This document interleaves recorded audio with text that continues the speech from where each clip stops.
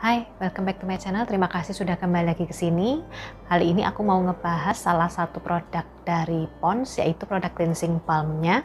Produk ini udah lumayan lama ya sebenarnya, tapi aku baru sempet nyobain juga sih sekarang. Cleansing balm ini itu ada pro dan kontra ya. Beberapa orang bilang bagus, tapi beberapa orang juga bilang nggak cocok dan bikin jerawatan.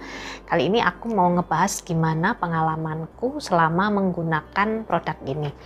Jadi dia kemasannya itu dalam bentuk jar, isinya 44 ml, warnanya warna-warna kawaii gitu. Dia warnanya tutupnya pink, ada warna toska, ada warna hijau, dan ada warna putihnya di depannya. Nah, cleansing balm ini cukup travel friendly ya, jadi kalau dibawa-bawa kemana-mana itu nggak gampang tumpah, nggak gampang leakage. Terus dia dalamnya seperti ini. Nah, ini sayangnya dia nggak dikasih spatula sih, jadi pakai tangan, atau kalau kalian punya spatula mending pakai spatula sih menurutku, karena kalau cleansing balm itu kalau dia ngambilnya pakai tangan nanti selanjutnya dia akan lebih gampang meleleh, jadi teksturnya nggak akan tetap seperti sebelumnya.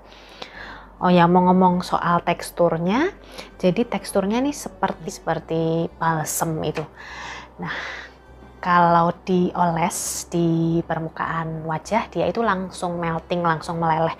Cuman cleansing balm ini anehnya dia tuh kayak ada butiran-butiran scrubnya. Aku nggak tahu ini memang formulasinya yang dibikin seperti itu atau memang ini kekurangannya, karena agak mengganggu sih menurutku kalau dibandingin sama vanilla. Vanilla tuh nggak ada kayak butiran-butirannya seperti itu. Jadi dia langsung melting ya, melting seluruhnya, nggak ada kayak butiran scrubnya sama sekali. Kalau untuk baunya, ini baunya agak terlalu wangi sih menurutku. Baunya tuh sebenarnya bau mawar, tapi terlalu strong fragrance-nya menurutku. Kalau yang alergi fragrance mungkin bisa menyebabkan kemerahan atau jerawat. Mungkin karena fragrance-nya itu tadi sih, ada beberapa orang yang kalau menggunakan ini malah jadi jerawatan. Tapi kalau aku sendiri untungnya sih enggak, walaupun aku agak alergi sama fragrance, tapi untungnya selama aku menggunakan ini nggak ada reaksi negatif sama sekali. Dia nggak bikin jerawatan, nggak bikin kemerahan, nggak bikin gatal juga.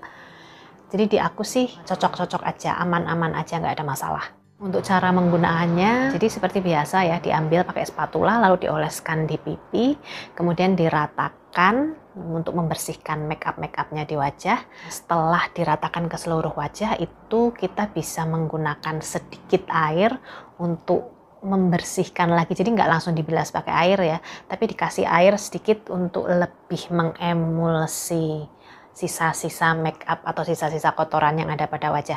Nah, setelah dibasahi pakai air tadi, kemudian selanjutnya dicuci pakai air seluruhnya.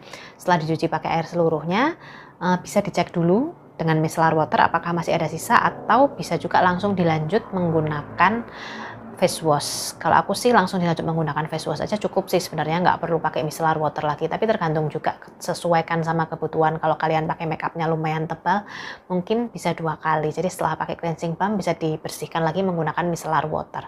Sesuaikan aja sama kebutuhan. Kalau untuk hasilnya menurutku ini lumayan bagus sih. Dia berhasil membersihkan makeup dengan baik lipstick maupun foundation, semuanya bersih. Cuman kalau aku sendiri, aku pribadi, aku nggak pakai di area mata karena mataku lumayan sensitif. Jadi kalau di mata aku biasanya pakai kapas sama micellar water yang ada campuran oilnya, itu untuk membersihkan mata supaya lebih cepat dan minim iritasi. Tapi kalau di seluruh wajah yang lainnya dan di bibir itu bersih semua, nggak ada masalah. Dan dia juga bisa mencegah terbentuknya blackhead sama whitehead. Jadi selama aku menggunakan ini, itu aku mengamati dia lebih efektif dalam mencegah terbentuknya blackhead sama whitehead dibandingkan kalau aku hanya menggunakan micellar water. Jadi ini lumayan mencegah ya, bukan mengatasi, tapi lebih ke mencegah. Dan selama aku menggunakan ini itu nggak ada reaksi negatif apapun sih. Jadi nggak menyebabkan jerawat, nggak ada reaksi alergi, kemerahan, gatal-gatal, dan lain sebagainya. Walaupun ternyata dia mengandung fragrance ya, tapi di aku aman-aman aja.